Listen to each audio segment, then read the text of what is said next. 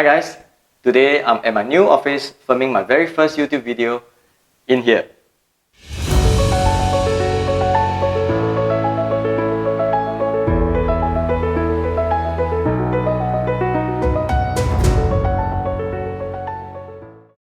Hi guys, nice to see you again in Interior Design with Ray, bringing you tips and tutorials for your home renovation journey. Before I start, I just want to say a big heartfelt thank you to my 1000 over fans who have subscribed to my channel.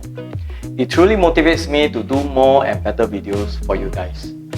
And if you haven't, please consider doing so.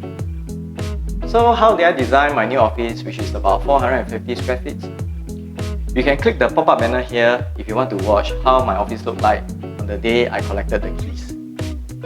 In this video, I'm going to show you the completed design together with the before and after. So sit tight and enjoy.